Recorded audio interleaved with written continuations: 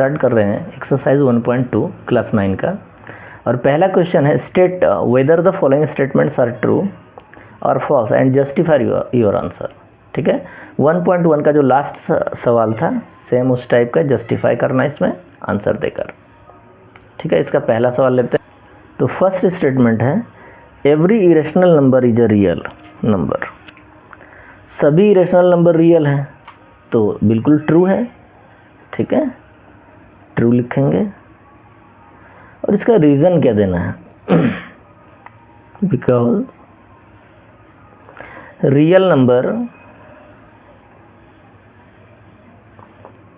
Is a set या collection irrational and rational numbers both.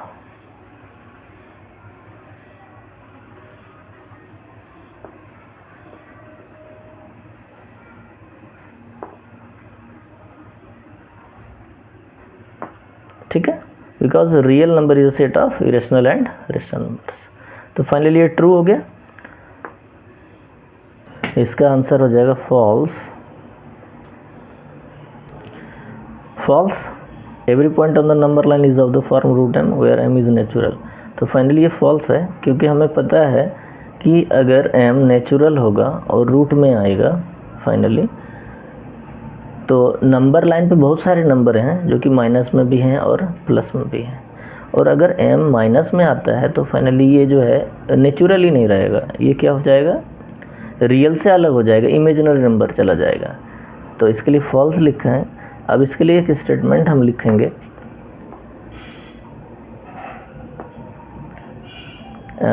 Natural number,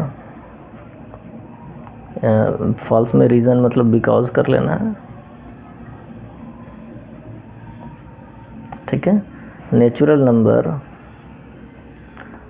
numbers are in the form of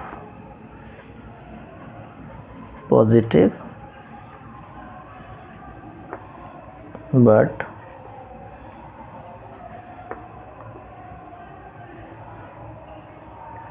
number line contains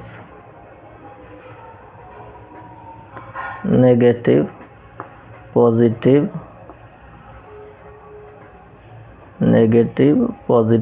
and including zero also। ठीक है, तो false है because आप ले लेना यहाँ पर natural number are in the form of positive. Natural number तो पॉजिटिव होता है, बट नंबर लाइन कंटेन करता है नेगेटिव, पॉजिटिव, इंक्लूडिंग ज़ीरो भी। एंड फाइनली क्या होगा, every point on the number line is of the form of root M where M is natural number, क्या होगा, फॉल्स हो जाएगा।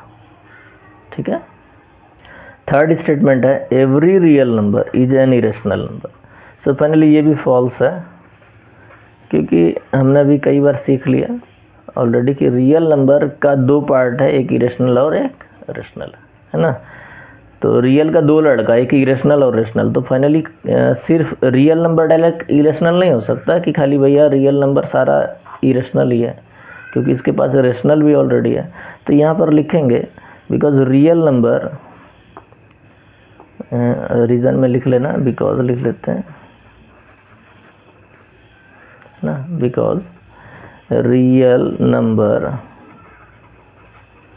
Is whole but irrational number is a part of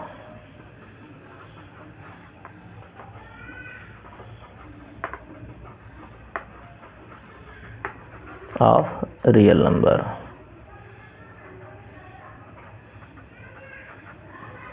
ठीक है, तो मैंने ले लिया यहाँ पर बिकॉज, रीज़न स्टार्ट हो गया मेरे यहाँ से, because real number is whole but irrational number is a part of real number. So finally ये फॉल्स हो गया।